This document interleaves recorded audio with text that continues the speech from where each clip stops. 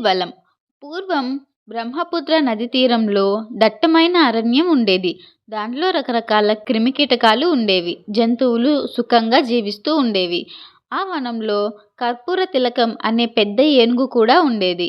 అది కదలి వస్తుంటే చిన్న కొండ నడిచి వచ్చినట్లుగా అనిపిస్తుంది. దాని భారీ శరీరాన్ని, శక్తిని చూసి చిన్న చిన్న జంతువులు భయంతో గజగజలాడేవి. పొడవైన దాని దంతాలు తగిలి దానికి అడుగుల కింద పడి చిన్న జీవులు చాలా వరకు నశించాయి. కొన్ని అడవిని వదిలి వేరే చోటికి వెళ్ళిపోయాయి. చిన్న జంతువులు లేకపోవడంతో వనంలో నక్కలకు ఆహారం కరువైంది. ఒక్కొక్కటిగా మరణించాయి. తమ జాతి అంతరించిపోతుందేమో అనే భయంతో ఒకరోజు నక్కలన్నీ సమావేశమయ్యాయి. ఈ ఏనుగు చస్తే మనకు కొన్ని నెలల దాకా తిండికి లోటు ఉండదు. ఇది చచ్చిందని తెలిస్తే పారిపోయిన జంతువులు కూడా తిరిగి వస్తాయి. మనకు కడుపు నిండా భోజనం దొరుకుతుంది అన్నది ఒక కుంటి నక్క. నేను చంపుతా అంటూ లేచింది ఒక పిల్ల నక్క. దాని మాట విని నక్కలన్నీ పక్కున నవ్వాయి. ఇది ఆడుకునే ఏనుగనుకున్నావా?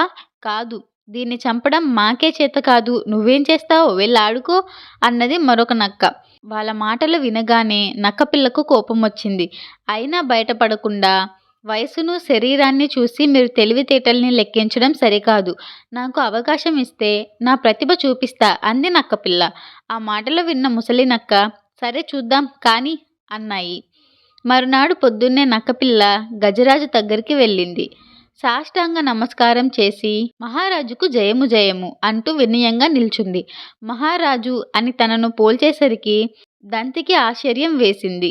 ఎవరు నువ్వు అంది బిగ్గరుగా. ప్రభూ, నేను నక్కపిల్లను. అందరూ నన్ను బుద్ధిజీవి అంటారు. మృగరాజు సింహం ముసలిదై ఎక్కడో మూలన పడి ఉంటుందో. మహారాజు గుణాలన్నీ మీలో ఉన్నాయి కాబట్టి మహారాజా అని పిలిచాను.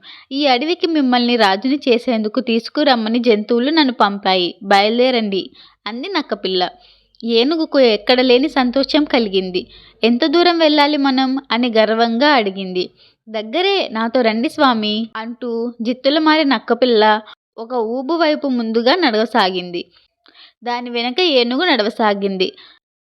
రాజునవుతాననే ఆనందంతో కలలు కంటూ అడుగులేస్తున్న ఏనుగు ఒక్కసారిగా ఊబిలో దిగుపడింది. తెలివి తెచ్చుకొని కాపాడండి కాపాడండి అని అరవసాగింది. ప్రభూ, జిత్తుల మారినైన నన్ను నమ్మి వచ్చినందుకు మీకిది ఫలితం. ఇప్పుడు పశ్చాత్తాపపడి ప్రయోజనం లేదు అంది నక్కపిల్ల. ఏనుగు కేకలు విని అక్కడికి జంతువులు అన్నీ వచ్చేశాయి. పూర్తిగా ఊబిలోకి మినిగిపోయింది ఏనుగు. అన్ని జంతువులు నక్కపిల్ల తెలివితేటల్ని మెచ్చుకున్నాయి.